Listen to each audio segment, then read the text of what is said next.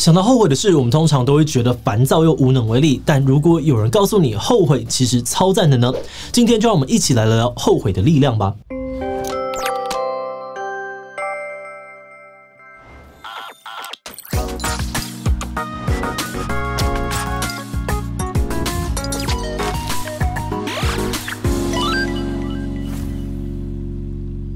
Hello， 大家好，我是志奇。你有后悔做过或没做什么事吗？如果时间可以重来，你会想要改变什么吗？主流的媒体意见领袖总是鼓励我们要活得无悔无憾，正因为过去无法改变，所以我们必须要尽力不让自己后悔。大家普遍都把后悔视为一种糟糕的情绪，能不发生就不要发生。但是美国作家丹尼尔·品克却逆风发言大批人生无悔根本就是胡说八道，还主张后悔超赞，有一堆好处，而且后悔的人会比无悔的人更加幸福。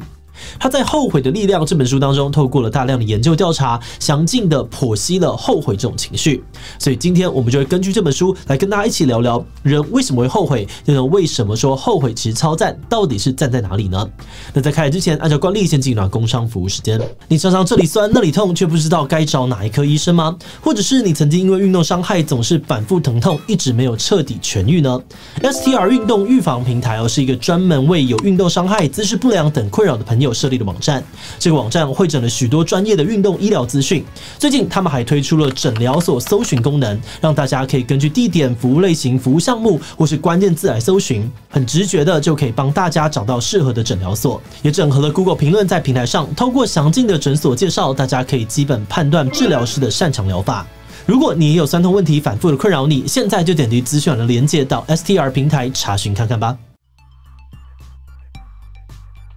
在《后悔的力量》书本一开头呢，作者就毫不避讳的表示，无悔是阻挠人生的废话。他说，因为后悔的情绪会让我们往回看，回想一些不好的过往，所以主流价值呢，往往会把后悔视为一件浪费时间又徒劳无功的蠢事。从音乐家、作家到影坛名人、政坛精英，几乎人人都推崇无悔的人生，甚至有不少人会直接把 No Regrets 当作信条刺青在身上。而作者认为呢，这种人生无悔的精神口号虽然听起来讨喜但完全不切实际，就是听君一席话，如听一席话。因为在现实之中呢，后悔是人之常情，根本难以避免。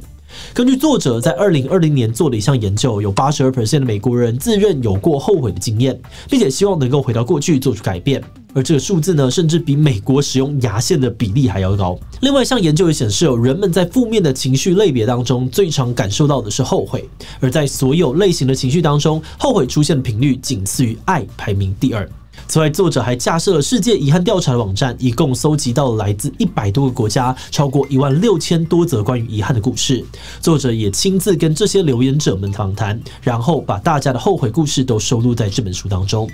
作者表示他目前找不到任何的研究资料可以否定后悔的普遍性。所有相关的领域学者都得出了同样的结论：后悔就是人之常情，它比你想象的还要常见。人只要活着，势必就会累积一些后悔的经验。既然后悔是这么普遍的事情，那这种情绪背后有什么特定的成因吗？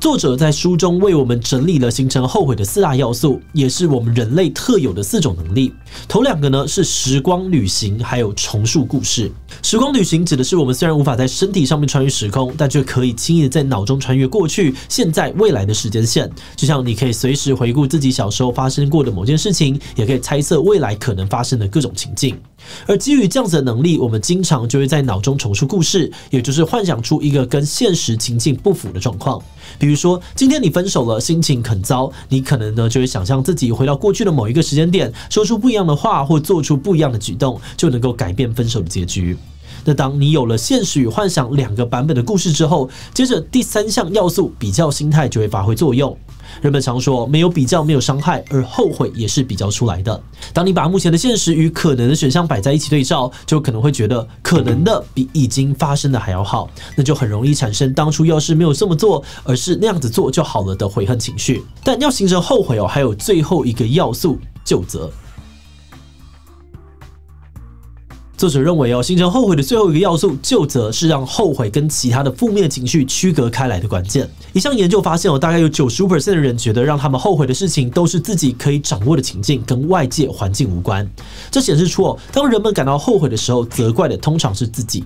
反过来说，如果这件不好的事情是由别人或其他不可抗力造成的，虽然你可能还是会感到失望、难过或愤怒，但可能不太会感到后悔，因为那并不是你的责任，也未必是你做些什么就能够改变的。作者认为，把刚刚说到的这4点总结起来，可以看出后悔是一种反事实思维，也就是一种人类靠着自己妄想捏造出违反现实的故事，然后再透过比较与究责所产生出来的无能为力的感受。不过，无能为力的感受听起来不是很糟吗？那作者说后悔其实超赞，又是怎么回事呢？虽然很多人会把后悔当作是一种能够避免就要极力避免的负面情绪，但就如同这本书的书名《后悔的力量》，作者主张后悔虽然是负面情绪，但还是有它的正向价值。首先，后悔最主要的作用就是决策保健，也就是能够帮助我们做出更好的决策。心理学家贝瑞·史瓦兹认为，正因为后悔可以凸显过往决策的错误之处，所以它也会促使人们在未来主动去搜集跟思考更多的资讯，改善决策流程，来避免犯下相同的错误。另外，后悔也能够提升表现。有一项研究把同样都提出申请补助款的科学家分成了勉强通过的人跟差一点点就能够通过隐恨失败的人。结果显示，长期下来，隐恨失败组在学术圈表现会优于勉强通过组。作者认为呢，这表示后悔的情绪会促使人们愿意花多一点点时间坚持在一件事物上面，后续的表现也会因此更好。所以这种后悔与受挫的心情反而是推动进步的力量。不过除了让我们变得更好之外呢，作者认为后悔还能够让我们的人生更有意义。书中指出，后悔的第3项作用是深化意义。作者表示，比起复习人生里面的里程碑辉煌过往，思考遗憾后悔的事，可以让人更快地归结出这些事件背后蕴含的意义，从而让人们更深刻地反思自己的人生经历、人际关系，并产生更强烈的使命感。比如说，书中有一位受访者表示，他很后悔自己年轻时没有好好的陪伴爷爷奶奶，听他们说自己的故事，而这种无法挽回的心情让他非常沮丧。但也正是因为这个样子，他才意识到跟家人相处对自己的人生来说是不可或缺的。因此，现在更懂得珍惜跟家人相处的时刻，也会用各种方法去聆听、记录自己爸妈的故事。他说，虽然对于爷爷奶奶的遗憾会永远的留在他的人生当中，但是他所做的其他每一件事情，也因为这份遗憾而有了依归。这是因为他没有忘记后悔的苦涩，所以尝到甜的东西时会感到更加的甜美。不过话说回来，未必所有感到后悔的人都能够把这些后悔的正向价值给发挥出来，甚至有些人反而会陷入负面情绪的漩涡。那么到底要怎么样做才能够把后悔转化为我们的力量呢？作者认为要善用后悔，必须要从调整思维开始。他表示，人们在感到后悔的时候，大多会有3种反应。第一种反应呢，是刻意的去压抑，不去面对后悔的情绪，但这样子很容易妨碍自我成长，影响自己的身心健康。第二种反应呢，则是完全的陷入后悔的泥沼当中，导致灰心丧志，甚至否定自己的人格。而这2种都是作者认为应该要避免的。他建议大家练习第3种反应，让感觉促成思考，思考促成行动。简单来说呢，就是在面对后悔的时候，不要忽略，也不要闪躲，也不要沉溺其中，而是学着正视后悔的感觉，并且把这种感觉当成催化剂，努力的从中思考我能够学到什么，然后再用你思考得来的教训去塑造你未来的行为。那这样子呢，下次在遇到类似情境的时候，或许就能够做出更好的选择。作者认为如果我们能够善用这套方法，我们就可以不再将后悔视为纯粹的负面，必须要避免的事物，而去接受后悔是人之常情，从而看见后悔的价值，让后悔发挥它的力量。那当然，调整心态只是个处理后悔的前提。作者在书中还有提到更多更细节的实作方法，像是我们该怎么做才能够消弭遗憾，或是怎么样用第3人称角度去看待自己的遗憾，来淡化自己的情绪，并且客观的理性分析等等。但因为篇幅的关系这部分我们就先卖关子，留在书里面等大家去阅读咯。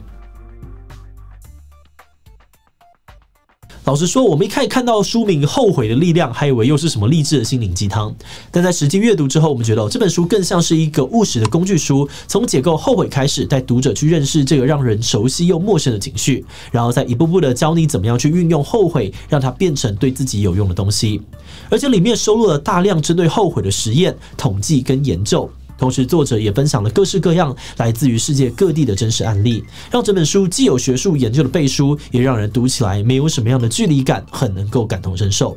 不过，跟作者比较不一样的地方是，我们没有那么反对无悔的口号。所以我们非常认同作者说的人生在世很难完全不后悔，也认为思考后悔并从中学习非常重要。但是我们觉得那种追求无悔的口号多半比较像是一种鼓励，而不是实际的目标。那对于想要踏出新一步的人，这种口号或许可以推他们一把，给他们探索未知的勇气。甚至对我们来说，有的时候追求无悔跟正视后悔从中学习是一体两面的事情。正是因为有过去的遗憾，所以才会想要在接下来的人生当中避免出现类似的悔恨。就像以前的国片练习曲上映之后呢，经典台词有些事现在不做，一辈子都不会做的爆红，还引发了单车环岛风潮一样。如果大家的人生当中没有因为没做某些事情而后悔的经历，如果没有不想再有遗憾的心情，那句台词或许就不会引起这么大的共鸣，也不会让那么多的人下定决心踏上环岛的旅程。